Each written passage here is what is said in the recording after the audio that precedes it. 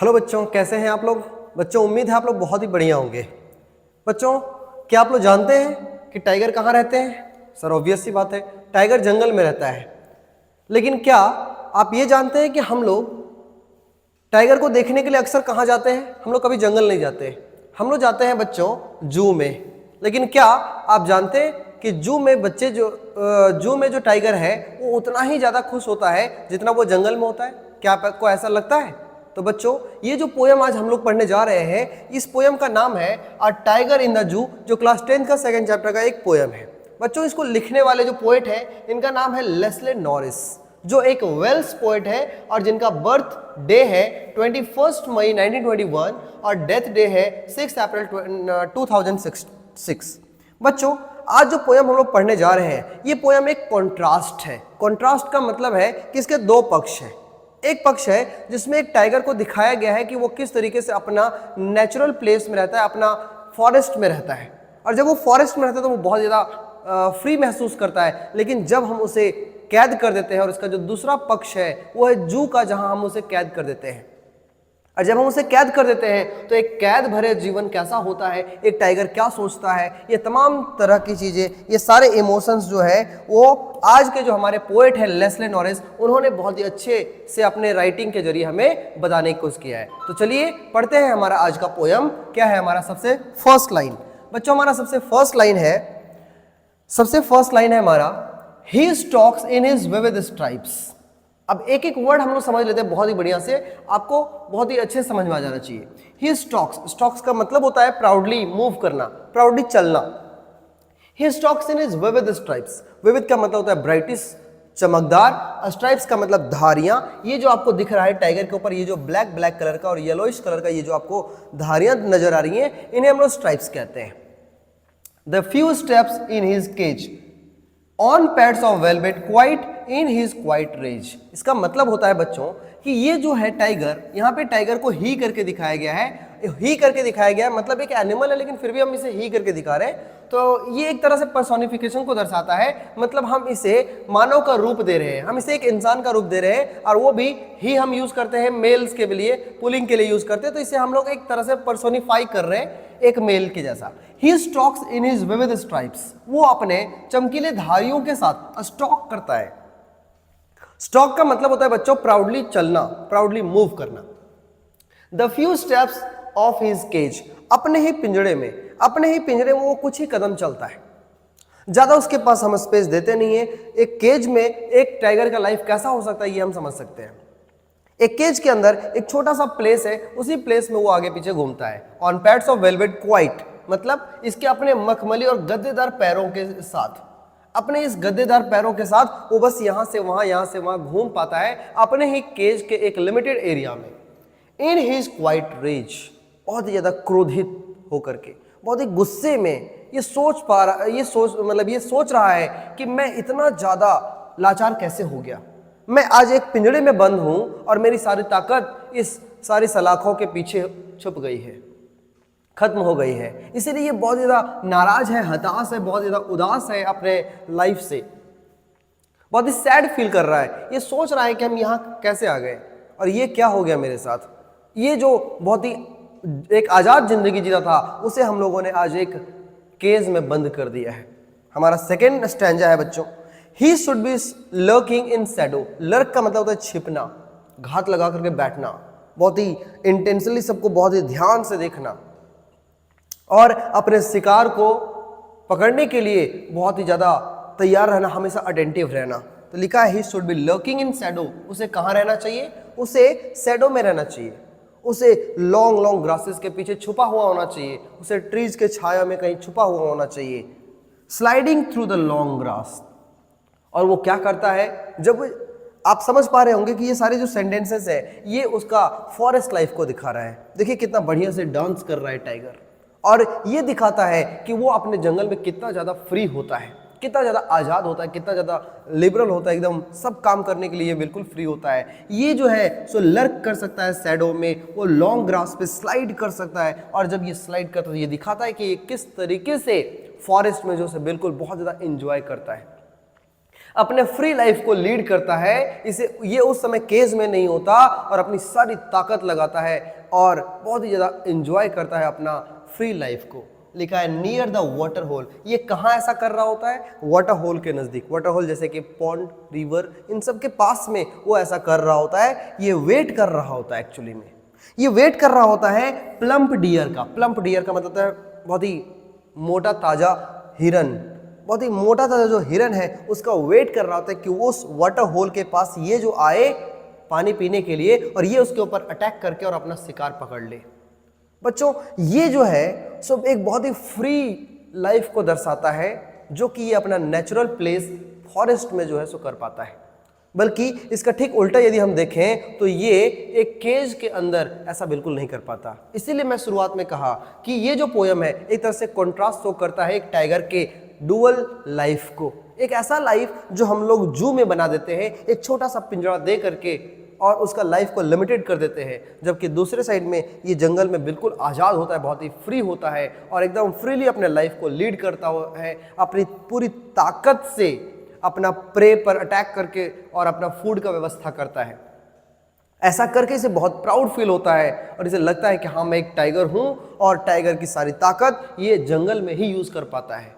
यहाँ पर भी केज में भी इसके पास सारी ताकतें हैं, लेकिन ये सारे पावर्स का यहाँ पर ये यूज़ नहीं कर पाता क्योंकि हमने इसके सारे पावर को लिमिटेड कर दिया है। ये यहाँ पे अपने पावर का यूज़ नहीं कर पा रहा। चलिए नेक्स्ट स्टैंजा की तरफ बढ़ते हैं। He should be snarling around houses। हमारा नेक्स्ट लाइन है He should be snarling। snarling का मतलब होता है गुर्राना, रोयर करना। Around houses, घरों के चारों ओर। अब घर कहाँ? तो बच्चों जहाँ ये फॉरेस्ट में रहता है, जिस फॉरेस्ट में ये रहता है, इस फॉरेस्ट के आसपास में बाहर बाहर से, फॉरेस्ट के बाहर जंगल बाहर में एट द जंगल्स एज, जंगल के बाहर बाहरी किनारों पे जो है सो कुछ गांव है, कुछ विलेजेस है और इन सभी विलेजेस में कुछ कुछ छोटे छोटे घर हैं और इन घरों से होकर के जब घरों के आसपास में ये जाता है या तो जंगल से ये गुर्राता है बहुत तेजी से, तो इसकी गुर्राहट से, इसके स्नार्लिंग साउंड से ये जो पूरा घर है, ये जो पूरा गाँव है, ये टेरराइज हो जाता है, बहुत ज़्यादा डर जाता है, बहुत ही फियर महसूस करने लगता है। ये अपनी पूरी ताकत को यहाँ शो करता है, यहाँ देख पा रहा है कि मेरे सिर्फ गुर्राने से पूरा गांव वाला डर गया। तो ये यहाँ पे बहुत ज़्यादा अपने आप पे प्राउड फील करता है कि मेरे सिर्फ एक गुर्राने से पूरा हर तरफ आतंकित हो गया, सब लोग डर गया, टेरराइज हो गया। लिखा है बेरिंग हिज वाइट फैंक्स। जब ये बाहर जाता है गाँव में तो ये अपने वाइट फैंक्स को, मतलब अपने सफ़ेद दांतों को, नुकीले नुकीले दांतों को और अपने जबड़ों को दिखाता है। हिज क्लॉज, अपने पंजों को दिखाता है और सभी को आतंकित करता है, सबको डराता है। ऐसा करके ये बहुत प्राउड फील करता है क्योंकि एक टाइगर है जो बहुत ही फ्रीली रहना पसंद करता है, लेकिन हम उसे केज में बंद करके उसे पूरी तरह से उसके सारे स्ट्रेंथ को हम लिमिटेड कर देते हैं। टेरराइजिंग द विलेज, और ऐसा करते हुए वो क्या करता है, पूरे जो विलेजर्स होते हैं, जो गांव वाले होते हैं, उनको टेरराइज करता है, उसे आतंकित करता है, उसे भयभीत कर देता है। और इस तरीके से इस स्टैंजा में भी हम लोगों ने देखा कि किस तरीके से वो जब वो जंगल में होता है उस समय आसपास वाले गांव वालों को वो किस तरह से टेरराइज करता है, बहुत ज़्यादा डराता है और ऐसा करने में उसे बहुत ही ज़्यादा प्राउड फील होता है। उसे लगता है कि मैं बिल्कुल आज़ाद हूँ, मैं बिल्कुल फ्री हूँ बच्चों। लेकिन नेक्स्ट स्टैंजा हमें कहता है बट ही इज़ लॉक्ड, लेकिन हम उसे लॉक कर देते हैं, उसे पूरी तरह से बंद कर देते हैं इन द कॉन्क्रीट सेल। मतलब सीमेंट का, कंक्रीट का बना हुआ एक छोटा सा सेल बना करके एक पिंजरे में हम उसे कैद कर देते हैं, उसे पकड़ करके ला करके से कैद कर देते हैं। हिज स्ट्रेंथ बिहाइंड बार्स, और उसकी जितनी भी स्ट्रेंथ है, उसकी सारी ताकतें, उसे हम बार्स का मतलब ये लोहे की सलाखें, इसके पीछे हम उसे पूरी तरह से कैद कर देते हैं। जब हम ऐसा करते हैं stalking the length of his cage, और जब हम ऐसा करते हैं तो वो बस स्टॉक कर पाता है, चल पाता है, कुछ ही कदम वो चल पाता है इन द केज, अपने पिंजरे में एक लिमिटेड एरिया में वो बस कुछ ही कदम यहाँ से वहाँ टहल पाता है। एक समय था जब अपने नेचुरल प्लेस जो इसका फॉरेस्ट है वहाँ पर वो लंबे लंबे स्लाइडिंग किया करता था लॉन्ग ग्रासेस पे, लेकिन आज जब हम इसे कैद कर दिए हैं तो ये सिर्फ कुछ ही कदम चल पाता है अपने उस पिंजरे में। इग्नोरिंग विजिटर्स बच्चों, और ऐसा करते ही जब हम इसे जू में ला करके रख देते हैं या अपने घर में हम इसे पालने की कोशिश करते हैं, किसी पिंजरे में बंद करके ऐसा कोई करता है, तो ये जो है सो सारे विजिटर्स को इग्नोर कर देता है। इसे देखने को बिल्कुल मन नहीं करता कि ये सामने कौन लोग आ गए हैं। हालांकि हम जब भी जू घूमने के लिए जाते हैं तो हम ये सोचते हैं कि काश ये जो है सो गुर्रा रहा होता, हम उसके रोयरिंग साउंड को सुनते, ये सुन करके हम बहुत ज़्यादा इंजॉय फील करते हैं। लेकिन बच्चों जब आप इसके स्थान पे, इसके पॉइंट ऑफ व्यू से यदि आप देखें तो इसे बिल्कुल भी ऐसा करने में अच्छा नहीं लगता। देखिए किस तरह से ये अपने बार्स के पीछे जो है वो एकदम लाचार और बेबस महसूस करता है। इसके पास ताकतें हैं लेकिन इस ताकत का वो इस्तेमाल नहीं कर पाता। लेकिन हम अपने स्वार्थ के लिए, अपने एंजॉय के लिए हम उसे कैद कर देते हैं और उसे देखने के लिए जाते हैं। लेकिन ऐसा रिस्पॉन्स उसका नहीं होता। वो सोचता है कि मुझे कहाँ बंद कर दिए हो। यदि आपको देखना ही है, यदि हमें देखना ही है तो हमें जंगल जाना चाहिए, जहाँ पर उसका सचमुच जो सही पोटेंशियल है वो हम देख सकते हैं। लेकिन जब हम उसे कैद कर देते हैं तो हम उसके सारे ताकतों को लिमिटेड कर देते हैं और इसका जो लाइफ होता है उसे पेनफुल बना देते हैं, इतना दर्दनाक बना देते हैं, इतना असहाय और लाचार और बेबस बना देते हैं कि ये बिल्कुल ये जीना नहीं चाहता। और इस तरीके से जो ये स्टैंजा है ये भी आपका कंप्लीट होता है। बच्चों लास्ट स्टैंजा में कहता है he hears the last voice at night. जब ये जू में होता है तो इसे अंतिम आवाज सुनाई देता है द पेट्रोलिंग कार्स, जो वहाँ पे निगरानी करने के लिए जो कार्स आती है, उनकी टीम आती है जो देखती है कि सारे जानवर सेफ है या नहीं। बस उस पेट्रोलिंग कार का लास्ट वॉइस इसे सुनाई देता है। लास्ट वॉइस बस वो यही सुनता है, and stairs with his brilliant eyes. और इस तरीके से वो अपनी चमकदार आंखों से वो स्टेयर करता है, बस देखता रहता है, बस घूरता रहता है एट द ब्रिलियंट स्टार्स, यही चमकदार तारों को। ये चमकदार तारों को जब ये देखता है तो ये सिंबल है कि वो एक तरह से विश कर रहा है, वो एक इच्छा जता रहा है, वो सोच रहा है कि क्या मैं कभी आज़ाद हो पाऊंगा। उन स्टार्स को देखता है जब ये जंगलों में हुआ करता था, और जब ये जंगलों में हुआ करता था तो जंगल में वो भरे इसी तरह से स्टार्स के बीच आसमान, खुला आसमान में ये अपना लाइफ को लीड करता था।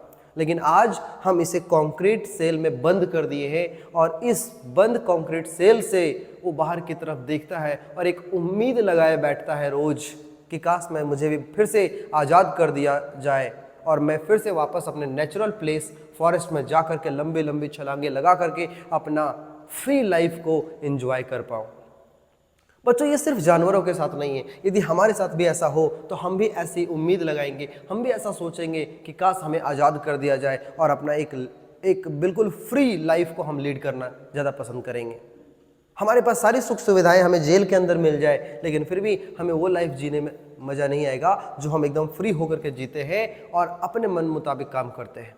बच्चों तो ये जो पोयम था ये एक बहुत ही बेहतरीन पोयम था जिसे लेस्ले नॉरिस के द्वारा प्रेजेंट किया गया है और इन्होंने अपने राइटिंग के जरिए इसके दो बिल्कुल अलग अलग लाइफ को दर्शाया है और हमें भी इंडिकेट किया है कि ये जो हम करते हैं ये बिल्कुल उसे असहाय, लाचार, बेबस और मरने लायक बना देते हैं।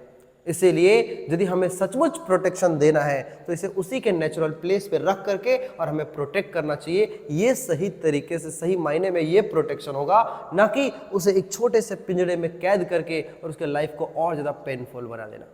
बच्चों आई होप आपको ये पोयम बहुत ही अच्छे समझ में आ गया होगा। लाइन बाय लाइन एक्सप्लेनेशन बहुत अच्छा होगा और आपको बोर्ड्स में आंसर राइटिंग में भी दिक्कत नहीं होना चाहिए। जल्दी आपको इसका MCQ भी मिल जाएगा। तब तक के लिए आप इसे रिवाइज करिए। Thank you very much.